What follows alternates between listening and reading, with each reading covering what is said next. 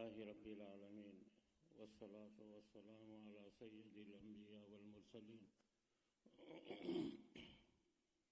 وعلى آله وأصحابه أجمعين، أما بعد. أعوذ بالله من الشيطان الرجيم. بسم الله الرحمن الرحيم.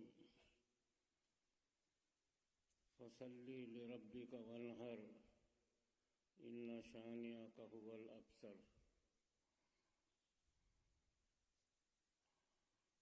یہ چھوٹی سی سورت کا ایک ٹکڑا ہے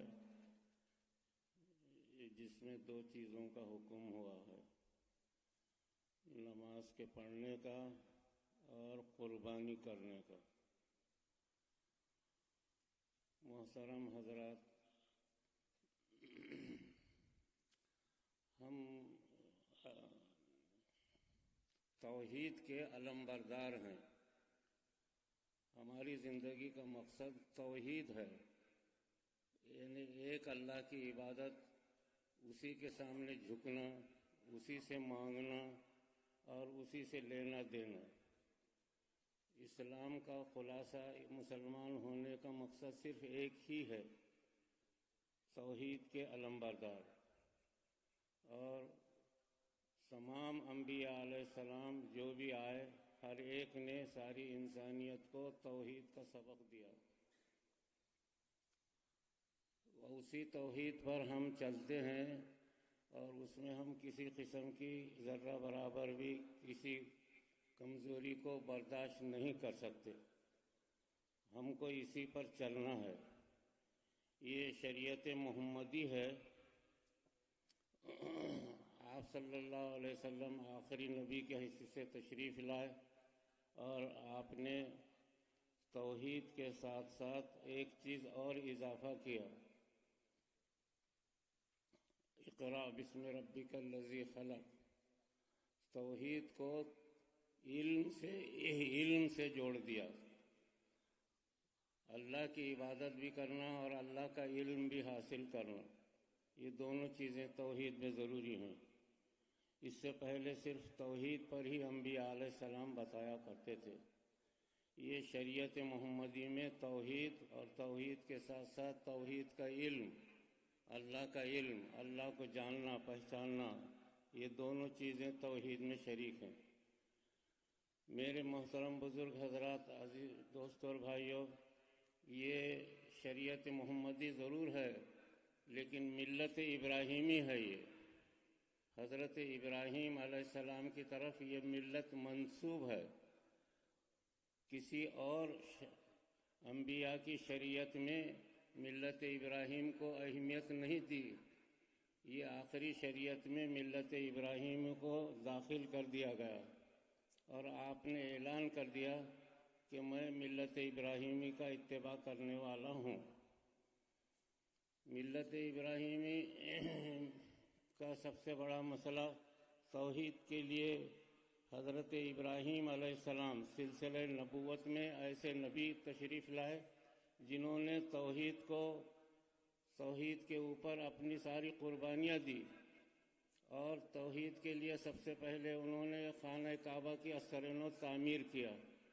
خانہ کعبہ طوفان نوح میں برباد ہو چکا تھا اور حجر اسود کا بھی پتہ نہیں تھا. حضرت جبرائیل علیہ السلام تشریف لائے اور انہوں نے اللہ کے حکم کو سنایا کہ آپ کو خانہ کعبہ کی تعمیر اور ترمیم کرنا ہے. کہاں ہے یہ پتہ نہیں تھا. حضرت جبرائیل علیہ السلام نے بتایا خانہ کعبہ کی یہ بنیادیں ہیں. چنانچہ حضرت ابراہیم علیہ السلام اس کے لیے تیار ہوئے اور خانہ کعبہ جو برباد ہو گیا تھا اس کی اثر نو تعمیر و ترمیم کے لیے جد و جہد کی کوشش کرنے کے لیے اپنی رضامندی ظاہر کر دی. چنانچہ حضرت جبرائیل علیہ السلام تشریف لائے، جبکہ پہلا حکم یہ ہوا تھا کہ خانہ کعبہ یہاں ہے. چنانچہ حضرت ابراہیم علیہ السلام اپنے بیوی بچے کو وہاں لے کر کے گئے. انہوں نے دیکھا کہ خانہ کعبہ یہاں ہے. چنانچہ بغیر تعمیر ترمیم صرف وہاں نشانی موجود تھی، اسی نشانی پر انہوں نے اپنی بیوی بچے کو چھوڑ دیا اور چل دیے. اس طریقے سے خانہ کعبہ کی ابتدا ہوئی جو طوفان نوح میں برباد ہو چکا تھا۔ حضرت ابراہیم علیہ السلام کے بیوی اور بچے حضرت ہاجرہ اور حضرت اسماعیل بس یہی وہاں رہتے تھے، باقی وہاں کوئی پرندہ وغیرہ کچھ بھی نہیں تھا، پانی نہیں تھا، کچھ بھی نہیں تھا، لیکن توحید کا معاملہ تھا۔ اس کے لیے حضرت ہاجرہ نے قربانی دیا سب سے پہلے کہ اس مقام پر وہ رہنے کے لیے تیار ہوئی، جبکہ جہاں پانی نہ ملتا ہو، کھانا کھانے کے لیے کوئی چیز نہیں تھی، کوئی چیز ملنے والا نہیں تھا، کوئی ہمدردی کرنے والا نہیں تھا، صرف ایک اللہ کی خاطر وہ وہاں رہنے کو تیار ہوئی۔ حضرت ابراہیم علیہ السلام چلے گئے۔ یہ پہلی قربانی تھی حضرت ابراہیم علیہ السلام کی۔ ملت ابراہیمی کی سب سے بڑی خصوصیت قربانی ہے، ایثار اور قربانی۔ حضرت ابراہیم علیہ السلام کے سارے واقعات میں قربانی ہے اور ایثار ہے۔ ایثار اور قربانی ایک ایسی چیز ہے کہ اس سے قوم میں طاقت پیدا ہوتی ہے، قوموں میں ہمت آتی ہے، قوموں کے اندر کمزوری دور ہوتی ہے اور قوموں کے اندر عروج ہوتا ہے۔ اس کے لیے یہ قربانی کا بہترین نتیجہ ہے دنیا کے اندر۔ اس وجہ سے حضرت ابراہیم علیہ السلام کی زندگی میں سب سے زیادہ قربانیاں ملتی ہیں، بڑی بڑی قربانیاں انہوں نے دیا ہے۔ سب سے پہلے قربانی یہی دیا تھا کہ اپنے بیوی بچوں کو یہاں چھوڑ کر کے چلے گئے۔ حضرت ہاجرہ پانی نہیں ہے، کبھی دوڑا کرتی تھی، کبھی ادھر اور کبھی ادھر۔ پہاڑ کے دو ٹیلے تھے، صفا اور مروہ، اس پہاڑ کے ٹیلے پر ادھر اور ادھر دوڑتے تھے، پانی کا پتہ نہیں۔ حضرت اسماعیل خانہ کعبہ سے قریب وہیں ان کو چھوڑ دیا۔ وہ روتے روتے پیر گھستے تھے، وہ پیر گھستے گھستے وہاں کچا پن پیدا ہوا۔ 2-4-8 دن کا بچہ پیر گھسنا، جب زمین پہ عام طور سے پیر زمین پر گھستا ہے، وہ گھسنا شروع کر دیا تو وہاں کچا پن پیدا ہوا۔ حضرت ہاجرہ جو صفا اور مروہ پہ چکر لگاتی تھی، آخر میں آ کر کے دیکھا کہ پانی یہاں کچھ کچا ہے، ریتیلا مقام ہے، چنانچہ وہاں آ کے ہاتھ سے مٹی ہٹائی تو اندر سے پانی نکلنا شروع ہوا۔ یہی پانی وہ پلانا شروع کی۔ اسی کو زمزم کہتے ہیں، آب زمزم اسی کا نام ہے۔ حضرت ہاجرہ اسی کو پلاتی تھی، اسی پر ان کی وہی کھانا تھا، وہی پانی تھی اور وہی زندگی کا ذریعہ تھا۔ یہ کتنی بڑی قربانی جو ہے حضرت ہاجرہ نے اسلام کے توحید کی خاطر دیا ہے۔ میرے محترم بزرگ اور دوستو، توحید ہمارے عورتوں میں بہت کم ہو گئی ہے۔ ہم اپنے عورتوں کے اندر، مستورات کے اندر، خواتین میں توحید کی تعلیم دے۔ آج وہ توحید سے ہٹ کر کے دوسری طرف جا رہے ہیں، توحید سے ہٹ کر کے گمراہی کے راستے اختیار کر لیا ہے ہماری عورتوں نے۔ حضرت ہاجرہ کی زندگی سے سبق اٹھانا چاہیے۔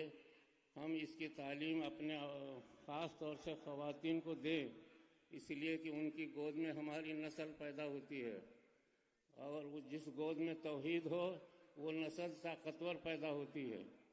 جس گود کے اندر توحید کے اثرات پائے جائیں، اس گود میں جو بچہ پلے گا وہ توحید کا علمبردار ہوگا۔ ہم اس معاملے میں بہت کمزور واقع ہوئے ہیں کہ ہم خواتین کو توحید کی طرف نہیں لے جا رہے، بلکہ ان کو چھٹی دے رکھی ہے، وہ توحید کے بجائے کسی اور طرف بھاگتے رہتے ہیں اور جہاں سے اپنی منت مراداں کرنا چاہتے ہیں۔ ہماری کمزوری سب سے پہلے یہاں ہوئی کہ ہماری خواتین کی گود میں جو ہے توحید نہیں رہی، ہماری خواتین کی گود میں توحید کے اثرات نہیں رہے، بلکہ دوسری چیزیں آ گئی۔ وہ چیزیں کیا ہیں وہ تو آپ کو بھی معلوم ہے کہ خواتین کدھر کدھر بھاگتی رہتی ہیں اپنی ضروریات کو پوری کرنے کے لیے، کبھی عاملین کے چکر میں، کبھی درگاہوں میں سجادوں کے چکر میں، کبھی بزرگوں کے مزارات پر جہاں کے ان کی توہین ہو رہی ہے وہاں پر توحید ڈھونڈنے کی کوشش کر رہے۔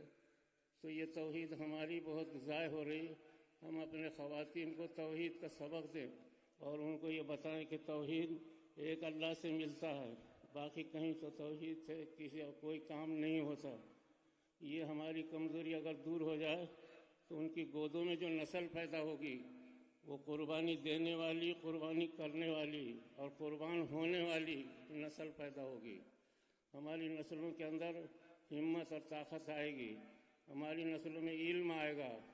یہ ساری خوبیاں جو ہے ہمارے بچوں میں پیدا ہو سکتی ہیں بشرطے کہ ہم خواتین کو جو ہے توحید کی تعلیم دیں۔ حضرت حاجرہ نے اسی لیے قربانی دی۔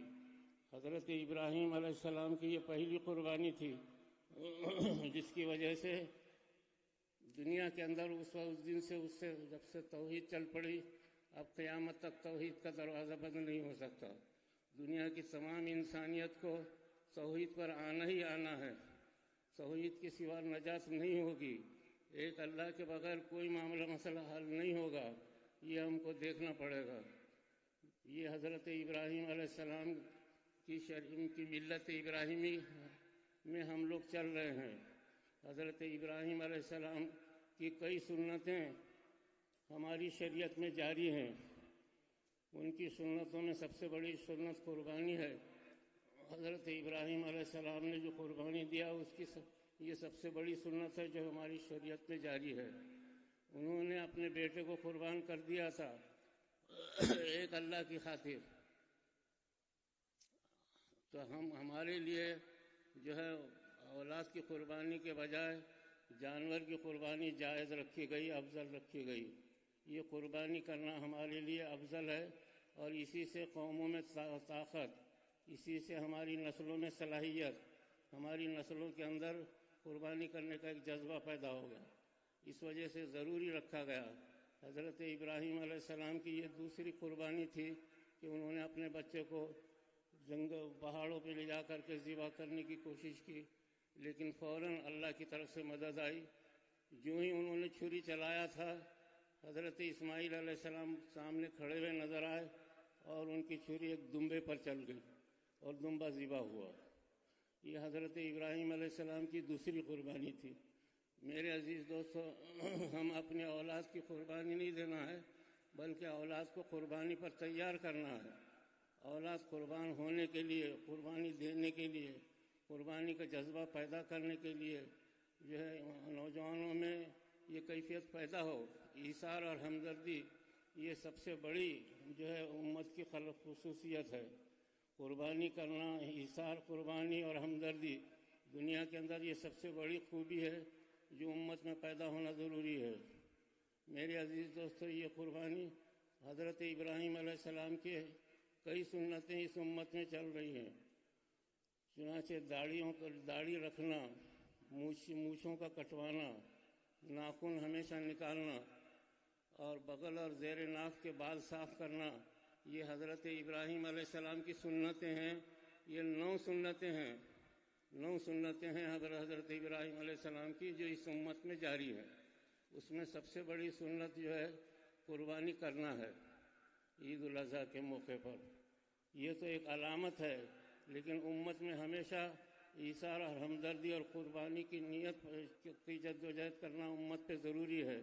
اگر ہم خالی عبادت کریں گے اور کسی سے ہمدردی نہیں کریں گے اور کسی کے ساتھ ہم اپنا جو ہے قربانی ایثار کا جذبہ نہیں رکھیں گے تو اس سے دین و شریعت کی تکمیل، ہماری عبادت کی تکمیل نہیں ہوگی۔ ہماری عبادت کی تکمیل ہونے کے لیے ضروری ہے کہ حضرت ابراہیم علیہ السلام کی سنتوں پر عمل ہونا ضروری ہے۔ حضرت ابراہیم علیہ السلام نے 9 مصیبتیں اٹھائی ہیں۔ ان کی مصیبتوں کو قرآن کریم میں جب شمار کیا گیا تو 9 مصیبتیں ہیں ان کی جو انہوں نے اٹھائی ہیں۔ 9 مصیبتوں میں بڑی بڑی تکلیفیں، بڑے بڑے پریشانیاں وہ اٹھاتے رہے اور اپنی اللہ کی قربانی کو پورا کرتے رہے۔ ان کی قربانی میں یہ 2 قربانی تو میں بتایا آپ کو، اور تیسری قربانی توحید کے علمبردار تھے، اور نمرود کی حکومت یہ بت پرستی تھی۔ ان کا اصرار تھا کہ آپ بھی بت پرستی میں رہیں۔ حضرت ابراہیم علیہ السلام نے کہا کہ نہیں، ایک اللہ کی عبادت ضروری ہے۔ چنانچہ نمرود کی حکومت بہت پھیلی ہوئی تھی اور دنیا کا طاقتور ترین انسان تھا وہ، اور اس نے حضرت ابراہیم علیہ السلام کو توحید سے ہٹا کر کے بت پرستی پر لانے کی کوشش کی۔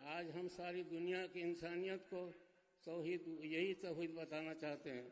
آج بھی ہم ساری دنیا کی انسانیت کو بتا رہے ہیں کہ ایک اللہ ہے، وہ آپ کی نجات کا ذریعہ ہے۔ باقی اس کے علاوہ کوئی ذریعہ دنیا کے اندر توحید کے علاوہ انسانیت کی نجات کے لیے کوئی ذریعہ دنیا میں نہیں ہے۔ توحید پر آنے سے ساری انسانیت کو زندگی میں اور زندگی کے بعد آخرت میں نجات کا ذریعہ صرف توحید، ایک اللہ کو ماننا ہے۔ حضور صلی اللہ علیہ وسلم نے اسی وجہ سے 13 سال مکے میں جو تکلیفیں بٹھائی ہیں صرف ایک اللہ کی خاطر، اور حضرت صحابہ کرام نے اسی لیے تکلیفیں اٹھائی۔ حضرت ابراہیم علیہ السلام آگ میں ڈالے لیکن جلائے نہیں گئے، بعد میں ہزاروں لوگ جو ایمان لائے وہ حضرت ابراہیم علیہ السلام کے قریب میں جمع ہو گئے، اور انہوں نے دیکھا اللہ کی قدرت کا سب سے بڑا کرشمہ۔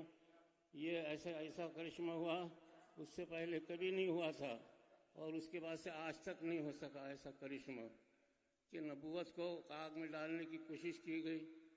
نبوت کبھی بھی، نبوت کو کوئی چیز دنیا کے اندر نقصان نہیں پہنچا سکتی۔ نبوت ایک ایسی طاقت ہے، وہ توحید کے علمبردار اور توحید کے ساتھ شریک ہے۔ وہ ایک اللہ ان کے ساتھ آگے رات اور دن ہمیشہ ساتھ رہتے ہیں۔ حضرت جبرائیل علیہ السلام جو ہے اللہ کے احکامات کو لے کر انبیاء علیہ السلام کی طاقت کے پیچھے طاقت لے کر کھڑے ہوتے ہیں۔ اسی وجہ سے 1,24,000 انبیاء دنیا کے اندر آئے، لیکن ان کو کوئی دنیا میں نقصان نہیں پہنچا سکا، اور نہ ان کے ماننے والوں کو کوئی نقصان ہو سکا۔ تو اس لیے کہ وہ ایک اللہ کی عبادت کرتے تھے، بتوں کی، پتھروں کی، یا اللہ کے علاوہ کسی اولیاء اللہ کے مزارات کی یا کسی اور جگہ کی عبادت نہیں کی جا سکتی۔ ہاں، اہل اللہ، اولیاء اللہ ہمارے جو ہے مقتدی ہیں، ان کی عزت، عظمت اور ان سے محبت یہ ہمارا لازمی جز ہے۔ صحابہ اور اولیاء اللہ سے محبت رکھنا ہماری زندگی کا اسلام کا جز ہے، اس میں کوئی شک نہیں ہے، اور ان کے مزارات کی زیارت کرنا یہ بھی جائز ہے اور یہ بھی افضل ہے، اس سے بھی فیض حاصل ہوتا ہے۔ لیکن اس کے علاوہ توحید صرف اللہ ہی کی، مانگنا لینا دینا صرف اللہ سے، اور مدد اللہ ہی کی، کسی اور سے نہیں۔ میرے عزیز دوستو، یہ توحید کا مقصد ہے۔ ہم اس کے لیے ہر چیز کی قربانی دیتے ہیں اور قربانی کرتے رہتے ہیں، اور قربانی کا جذبہ پیدا کرتے ہیں۔ تو اس کا مقصد صرف جو ہے جانور کی قربانی دینا اور گوشت کھانا یہ مقصد نہیں ہے، وہ تو ایک ہمدردی کے طور پہ تقسیم کرنے کا حکم ہے، لیکن اصل مقصد جو ہے ہمدردی کا اور قربانی کا، ایثار کا جذبہ پیدا ہو ہر ایک میں۔ ہر شخص جو ہے ہر ایک کے ساتھ اپنا جذبہ پیدا کرے، ہر ایمان والا، ہر انسان، ایک انسان دوسرے انسان کے ساتھ ہمدردی پیدا کر دے۔ یہ ایمان کا تقاضا ہے۔ درد دل کے واسطے پیدا کیا انسان کو، ورنہ طاعت کے لیے کچھ کم نہ تھے کرنو بیا۔ انسان جو پیدا ہوا ہے توحید کے ذریعے سے، وہ انسانی ہمدردی پیدا کرے، ہر ایک سے ہمدردی رکھے، چاہے وہ کسی بھی مذہب کا ہو، اور دنیا کے ساری سرزمین سے ہمدردی رکھے۔ یہ جذبہ ہے اس کا، ہمدردی کا۔ یہ ہمدردی اس کے بغیر دنیا میں پیدا نہیں ہوتی۔ ہمدردی دنیا کی سب سے بڑی عبادت ہے، اور یہ ایمان سے پیدا ہوتی ہے۔ اللہ کی عبادت سے، توحید سے ہمدردی پیدا ہوتی ہے۔ اللہ نے اسی لیے انسان کو پیدا کیا، اس کے سینے میں ایک دل رکھا ہے۔ وہ دل ایک طرف اللہ کو پہچانتا ہے تو دوسری طرف اللہ کی مخلوق سے ہمدردی برتتا ہے۔ یہ دونوں چیزیں دل کے لیے ضروری ہیں۔ جہاں ایک طرف وہ اللہ کی طرف جھک جائے، اللہ کے پاس پہنچ جائے، اللہ کی معرفت حاصل کرے، یہ دل، اور اس کے ذریعے سے سارے انسانوں کی ہمدردی پیدا ہو۔ انسانوں کے سینے میں جو دل ہے، یہ اللہ کا ہوائی اڈہ ہے۔ اللہ تبارک و تعالیٰ دنیا میں جو اترتے ہیں، کسی جو ہے مسجد پر یا خانہ کعبہ پر یا کسی مدرسے پر کہیں نہیں اترتے۔ اللہ عرش الہی سے اگر اترتے ہیں تو کہاں اترتے ہیں؟ کوئی عیدگاہ میں نہیں اترتے، نہ مسجد میں اترتے، وہ اس دل پر اترتے ہیں جس کا دل اللہ اللہ کرتا رہتا ہے۔ اسی وجہ سے اللہ والوں کے پاس جو طاقت رہتی ہے، اسی اللہ کی طاقت رہتی ہے جو ان کے سینے میں بیٹھی، اللہ کے ان کے سینے میں، دل میں بیٹھا ہوا رہتا ہے۔ اللہ تعالیٰ ان کے دل میں اتر جاتا ہے. ہمارے سینے میں جو دل ہے یہ بہت بڑی نعمت ہے. یہ اللہ کا ہوائی اڈہ ہے. اللہ اسی دل پہ اترتے ہیں جس کا دل اللہ کی طرف مائل ہو. اسی لیے میرے عزیز دوستو، اللہ کی عبادت کرنا اور رات دن اس کو بولنا یہ انسان کے لیے سب سے بڑی چیز ہے. اسی سے خوبیاں پیدا ہوں گی، اسی سے انسانی ہمدردی پیدا ہوگی، اور اسی کے ذریعے سے دنیا کے اندر یہ خوبیاں پیدا ہوں گی.